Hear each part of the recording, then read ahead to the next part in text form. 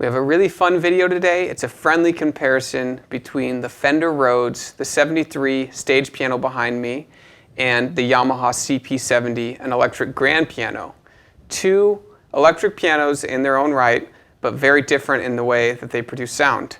We're going to put them side by side, talk about the differences, and hear some amazing tunes.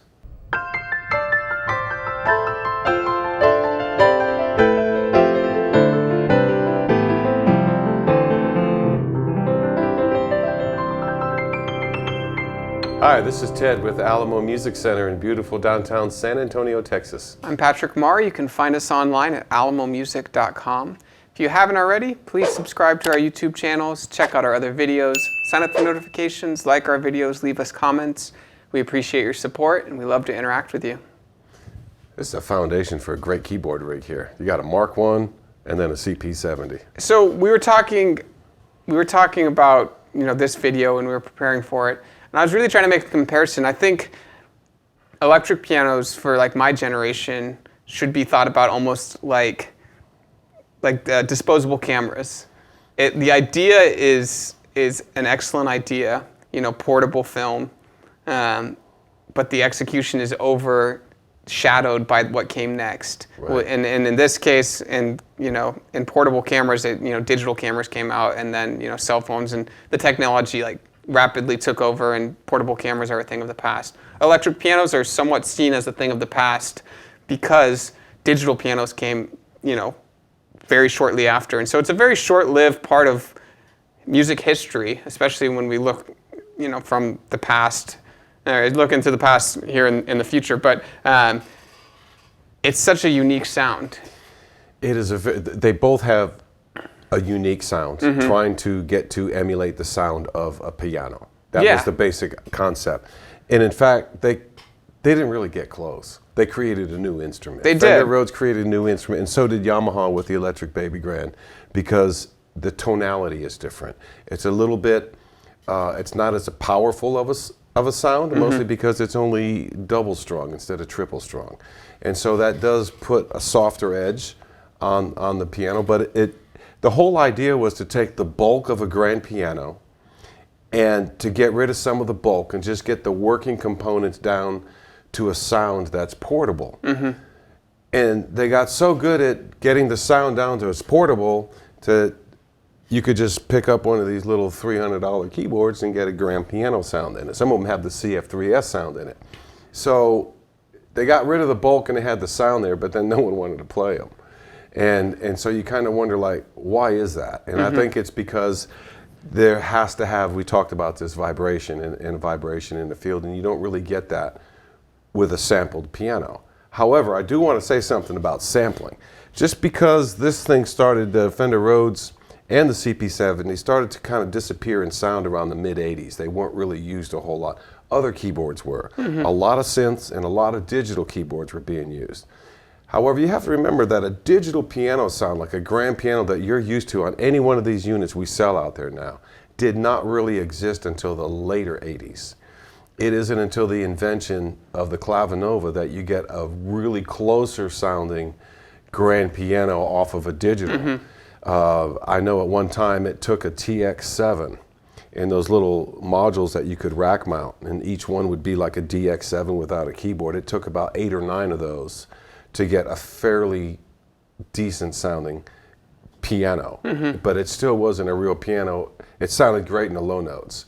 The mid section is really phony. Yeah, so the idea always was to bring a portable piano. And electric pianos was the first one to take a chunk at that and, reduce the size a lot. And then, Yamaha was brave with creating almost a baby grand mentality of string striking. And the Rhodes, it's a little bit different. And we'll talk about what creates the Rhodes sound. But yeah, it was always about trying to get that accessibility. And I think it's interesting the point you made about we reduced it so much to a little portable $199 keyboard that no piano player wants to play. Not at a gig. No musician who's been playing longer than 5 minutes really enjoys playing that thing. Right. It's fun to have around in the house, but so yeah, there's something that was lost in that transaction. It was right. You're transacting. I want portability, but then when do you lose the musical ability out of it? And I was playing the Fender Rhodes as a bass unit in all the bands that I was in. And then when I added the Yamaha CP-70 to it, it was like having a bigger, better bass foundational keyboard because it plays like a piano. The action is incredible. The action is just like a piano. It is a Yamaha grand piano action in there.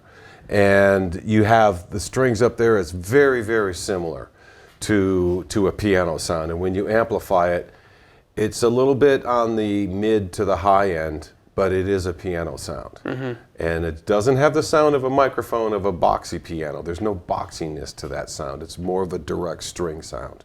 And a lot of that is based pretty much because how the pickups work with the piezos. They're almost just like those acoustic guitars that you plug in and have the pickup underneath the bridge. Very similar wiring setup on the CP-70. Yeah, and then on the Rhodes? On the Rhodes, it has the tuning fork type mechanism. It's called a tine, and it basically just moves, but there's a magnet wrapped in a copper coil, and it picks up the vibration within the field and turns it into a note. And that basically, that same technology is used in Fender Stratocasters and Telecasters. It's used in all guitars because the field is made right above the pickup. The string is vibrating right there. And there's like an invisible tornado that you can't really see. Yeah. That kind of picks up the vibrational field and turn it into electric impulse that's matched to the right number of vibrations per second, so it makes the right note. And so we're going to play similar pieces on both of these so that we can hear kind of the differences between these two instruments and really show the versatility of, you know, what manufacturers were trying to give players as, hey, this is a solution to portability in the piano side of the instruments. And so really not replicating a piano on either of these, but you know, it has keys like a piano. The idea is to be in the same frequency range as a piano, but really give you, at this point, it's become its own unique sound that you're very familiar with, especially in the 70s or you know, late 60s, early 60s sound. By the early 80s, you were getting a mix of these two sounds put together. If it wasn't the Yamaha Electric Grand, it was just a piano sound with a Rhodes on top of it, doubling the part. And that made for a entirely new, fresh, different sound. And this is at a time before equal temperament was really taken over because of digital. And so in the early 80s, when that first Christopher Cross album hit, almost every piano part that you hear on there and every keyboard part is a doubled. It's a grand piano with a Fender Rhodes on top of it. And that sound continued even into Arthur's theme. The very beginning is grand piano with a Fender Rhodes on top of it are in the background. So you started to get this double keyboarding as a producer's tool with a lot of bands. Then what happened is MIDI came along, and instead of double triggering and playing it twice, you could connect all the keyboards and play it once, and that changed the sound. It's not quite the same thing when you hit one button and three things sound as opposed to you play three things three separate times. So let's take a listen to these, and you guys make up your mind. Please leave comments too, because we want to hear which one you guys prefer and if you've owned one. We also are going to bring a Wurlitzer in at some point and do another video comparing the Rhodes with the Wurlitzer. But let's take a listen to these two. We'll come back and we'll talk about a couple more differences between the Fender Rhodes and the Yamaha CP-70.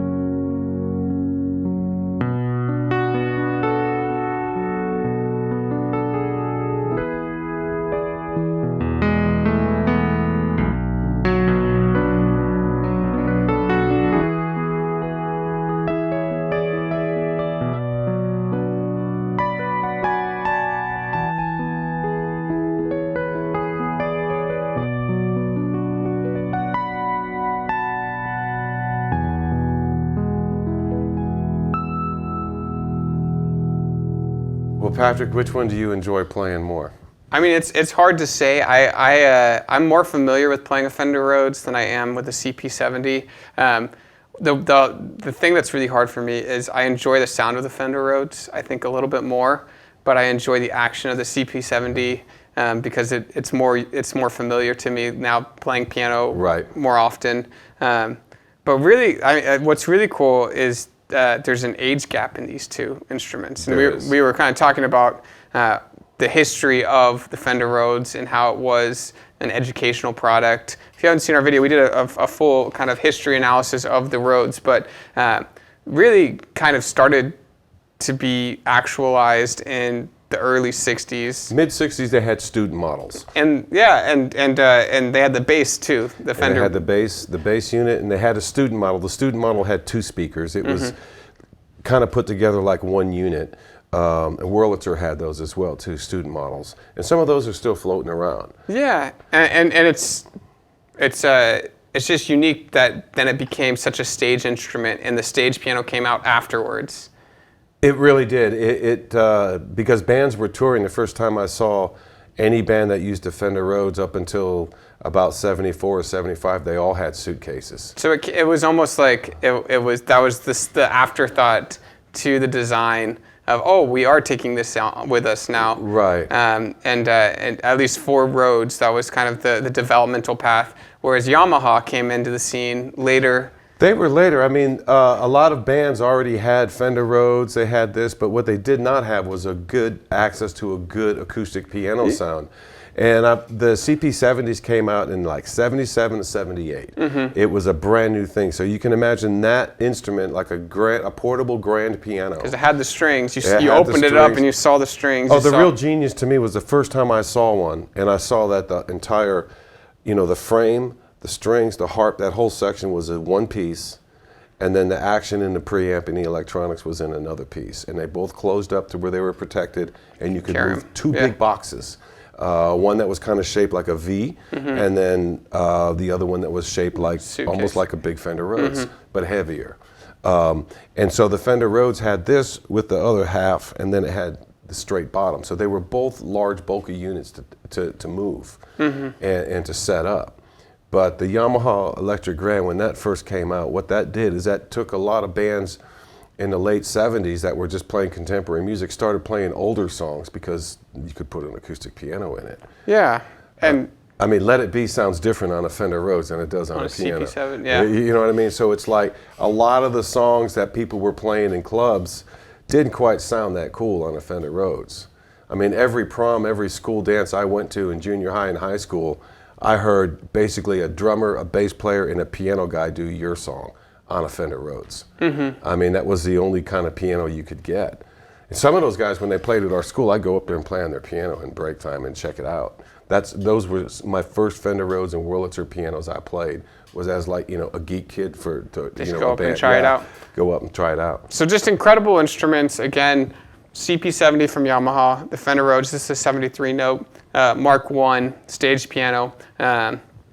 Incredible, such a rich history between both of them. If you guys have ever owned a Fender Rhodes or a CP-70 or maybe a Wurlitzer, or Kauai even made it an electric piano there. There was a lot of different instruments that fit in this, this box.